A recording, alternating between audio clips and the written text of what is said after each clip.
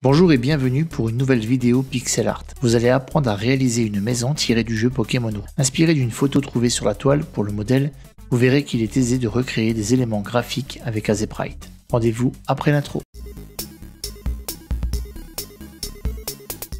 Commencez par ouvrir Azeprite et faites un nouveau canvas de 124 par 124 pixels pour avoir de l'espace pour bien travailler. Je vais commencer par réaliser la ligne du toit. J'ai au préalable défini une hauteur de 4 cases au total pour la maison. Donc ne soyez pas surpris si je ne refais pas à l'identique le modèle, il sera néanmoins très proche. Je crée le contour supérieur en montant en diagonale et celui du bas en respectant bien les larges. Je continue jusqu'à la fin de la seconde case, je vais dupliquer en miroir pour fermer ensuite le toit et j'ajoute une ligne rouge sous toiture que je remplis ensuite avec des aplats de couleurs simples. J'ajoute les lignes d'ombrage verticales. Je place la lumière et je place enfin les parties extrudées sur le haut de la toiture. Ensuite, je viens dessiner assez simplement le côté de la maison ainsi que la ligne de sol. J'ombre comme sur le modèle, puis je duplique en miroir et je replace pour faire correspondre l'ensemble et rendre le tout plus harmonieux. Le résultat est très correct, même si mon modèle de toit semble moins haut que l'original.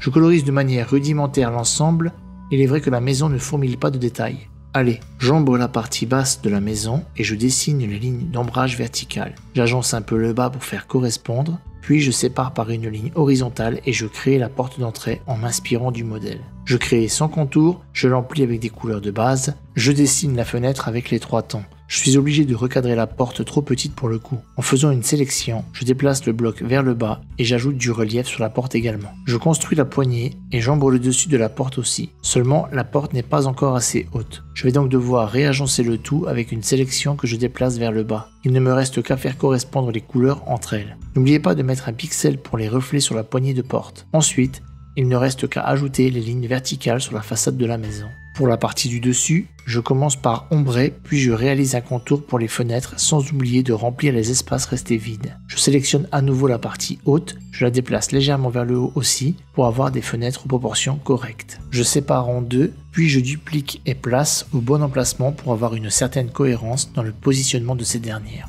Nous allons ensuite les remplir afin de leur donner l'apparence finale qu'elles sont censées avoir. Puis, je duplique l'ensemble 2 fois en les plaçant correctement. Terminez cette étape en réalisant les 2 traits horizontaux sur la façade haute. Puis, ajoutez sur la bande de réflexion le bord de chaque fenêtre. Encore un peu de recadrage pour l'ensemble et je place la maison sur le canvas afin qu'il n'occupe pas d'espace inutile.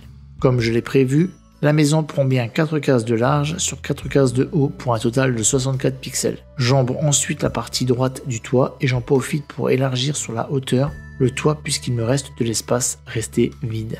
Je vais également déplacer les extrusions sur le haut de la toiture pour que cela soit un peu plus harmonieux. Terminez par un peu d'ombrage de finition sur les côtés de la maison. Et vous avez terminé la maison. Je vais faire de l'herbe maintenant. Je prends la couleur verte et je remplis une case dans le coin supérieur gauche. Avec les couleurs du modèle, je vais dessiner les brins d'herbe dans 2 tonalités. Je replace la maison sur le canvas et je fais un autre tiles d'herbe à qui cette fois je parsème quelques pixels pour remplir et diversifier le rendu. Voilà qui termine cette petite vidéo, j'espère qu'elle vous aura bien plu, moi j'ai adoré la réaliser pour vous, la proposer en tutoriel.